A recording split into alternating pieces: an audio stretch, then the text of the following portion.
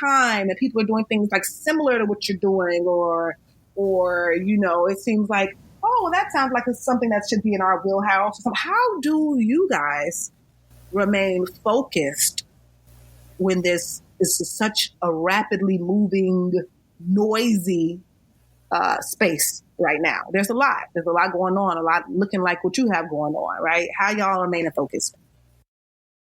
I don't particularly look at what other people are doing. I have kind of like a high level kind of scan overview. And often I find that everyone's kind of doing the same or similar things.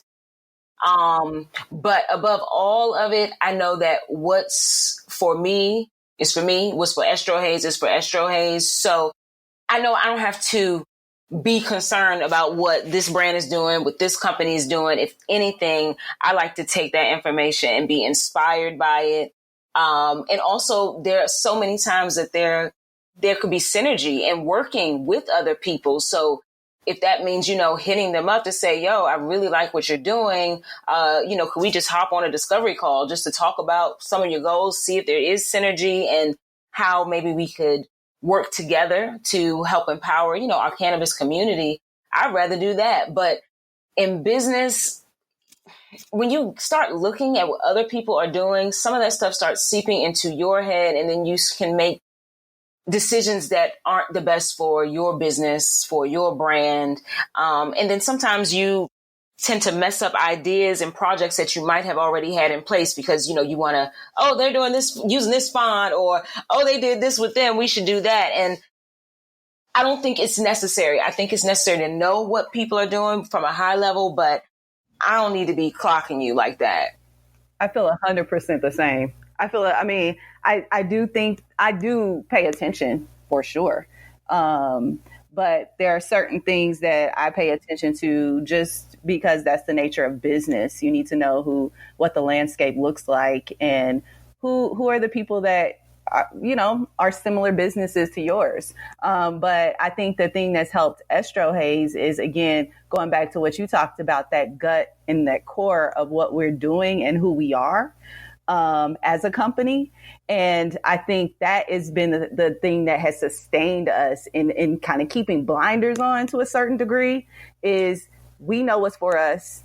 We're staying true to what's for us. And because we also took a step out and took a risk quitting our jobs and diving headfirst into this, it was just like, there's so many possibilities right now. Why are we busy thinking about other people when we have this completely clear road ahead that is full of possibilities? And like you said, Sirita, we're all creative people at our core. So when we merge both this business and advocacy piece of cannabis with who we are in our own interests, it's like we're so busy and having a great time doing what we do that we're not even really thinking about the other brands out there. And I don't know if that's going to change or not, but it's worked for us so far. I second and third that. I think I've noticed that having that confidence in what we're doing as a business has even trickled into my personal life because that fact remains. You know what I mean? Is you are doing what you do, how you do it. That literally is all that matters. You know what I mean? The table set for you. Yeah. And I feel like we've been shown that so apparently as a business with EstroHaze, that the harder we do us, the harder we're done. You know, such an apparent thing that it's trickled over into me as an individual. You know, that it's really the way to go in business. And going with what you said, Kayla, you're right. It's like you want to gaze at the landscape just to see what the field looking like, but you definitely want to run your own race. And I think that has benefited us tremendously. Absolutely. So now that we've done all these things right, I guess, what are your plans moving forward with this thing in entrepreneurship, like as a business and with EstroHaze? And even if it's not like technical, what do you think? What's the vision moving forward? how do we keep it going as good as it's going? I can honestly say, I mean, keep moving forward. I just don't want, I mean, I love to 10X some of the things, you know what I'm saying, with proper resources and everything.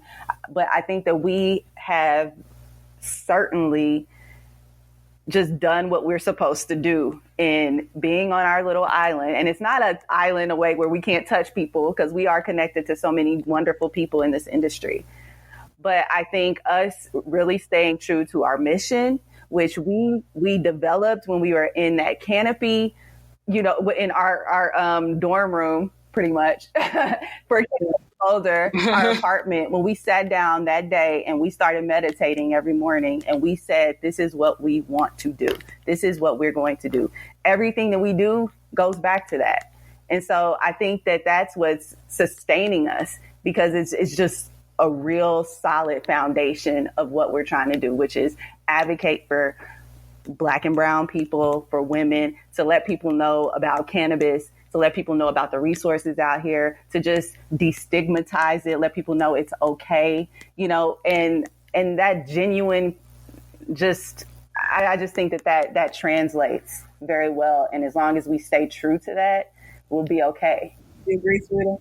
Well, can you repeat the question? I was like, you know, how do we suspend? We've gotten this far. You know, it's been a few years, a couple years and counting. We've gotten this far this way. How do you press on? How do you move forward? Is the recipe the same? Like, what do we do to keep it going? You know, growth, I think, is just really interesting. You know, like from where we started when we were like in Canopy to where we are now. So I definitely think being open to change is helpful for continued growth, being open to learning, and just staying abreast of what is happening in the industry, and really having the courage to try different things. You know, if you can give yourself space to try some new things, maybe, you know, try out some new content, or, you know, just really challenge yourself in that way. It'll make you not only, you know, a good business person, but it'll make you a good person. And I am really thankful that we leave room for that, to grow, to be challenged, to do things that might be a little uncomfortable. And, you know, as you had mentioned earlier, it has definitely helped to make me personally a better person. You know, that just took me to a couple of things. One, I know we have to wrap this up shortly, but we've talked a lot about what we've done right. Is there anything cautionary that we could share? Like we've talked a lot about trusting your gut and being creative and being flexible and those things. What can we say that what's been a hard lesson that we've learned while we've learned all those things we've done right? What do you guys think? Had we caught this sooner? Or, you know, of course we ended up exactly where we're supposed to be, but, you know, what would you have done differently? Kaylee? What would I have done differently? Or if that's a little harder, yes, I still want that, yes. But, or what would you need, like what would you add to make it better? You know what I mean? If it's a resource, if it's what would you need to make it better? What would you do to change what's already been done? I would say, just, I guess, if I reached out for help a little quicker earlier in the journey, things would have been a lot different, I think. And that's a huge, you know, just because expectations for myself, because, you know, we all put our own like crazy expectations on ourselves. And when you don't meet them, it can be an issue. So I think just like reaching out and asking for help with you ladies, you know, even with you guys, it would have been helpful overall, I think, for the overall business, instead of trying to do so much just kind of in a silo as far as certain things. And then just asking for outside help. So many people want to help us. And I think, you know, it's not bad. If people offer help, take that shit. You know what I mean? They're offering it, especially in areas where you know, your skills might not be as strong as you like. that's what a strong leader is, being resourceful and knowing how to delegate that and, you know, get the help you need. So I guess that's one thing that I would change. I love that. How about you, Sheree? Yeah. Shoot. Hell yeah. Asking for help. Having difficult conversations. You know, some things don't sit right with you personally, you know, and we are 3 co-founders. So, you know, sometimes it has been hard. And, you know, I've talked to you guys also about that and, you know, how I'm working through those things. But being able to have difficult conversation, being okay to agree to disagree.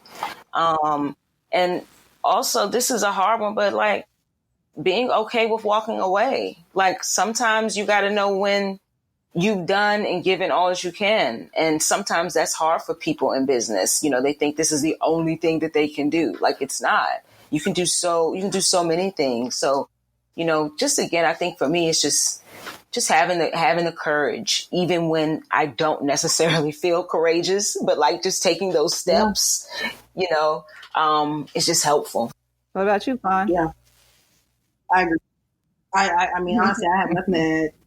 I agree with what both of you guys said. I will say, you know, something that I've learned, I'm not sure if I would have changed, or something that I've learned here in this that I've also grown to know in my personal life is, and I want to share with people so that they can possibly do this too, is detaching from the outcome.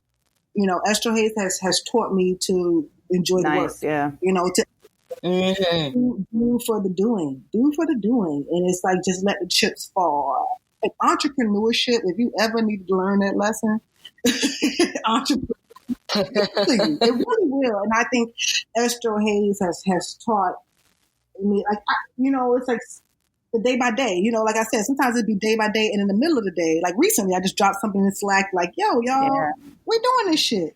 You know what I mean? But you can almost miss it because you're so involved in the work and just being and just doing good for yourself, for the work, that the outcome becomes irrelevant, you know? And I think once you're applying yourself and you're doing well, the outcome ceases to matter. And that's a beautiful thing. And that goes off what even both of you guys said. Like right now, pass or fail, we win. You know, I feel I take a W with EstroHaze. You know what I mean? If this shit ceased to exist in a moment, I take a W. Real talk. I take a win. Oh, word. I take a straight win with it. 100%. Yeah, man. I definitely take that W because I've learned to respect the work. You know, I've learned to respect the act of doing and being present and applying myself. And I credit EstroHaze with that. So it wouldn't even be what I've changed so much as what I want to take with me. And I want to keep that. I want to keep detachment from outcomes. Thanks, all right. EstroHaze. I love that. That's a great love way that to wrap it up, man. Man. Well, this was fun. It was. But before we go, we do want to encourage y'all to check out our new show, In Sessions, on YouTube. Go check it out, EstroHaze. And of course, follow us across all platforms at EstroHaze. Yes, indeed. Smoke on. Anybody got anything else before we go? Smoke on. I was just about to say that. That's what I'm about to do. Okay. This was a pleasure. All right, y'all. Peace.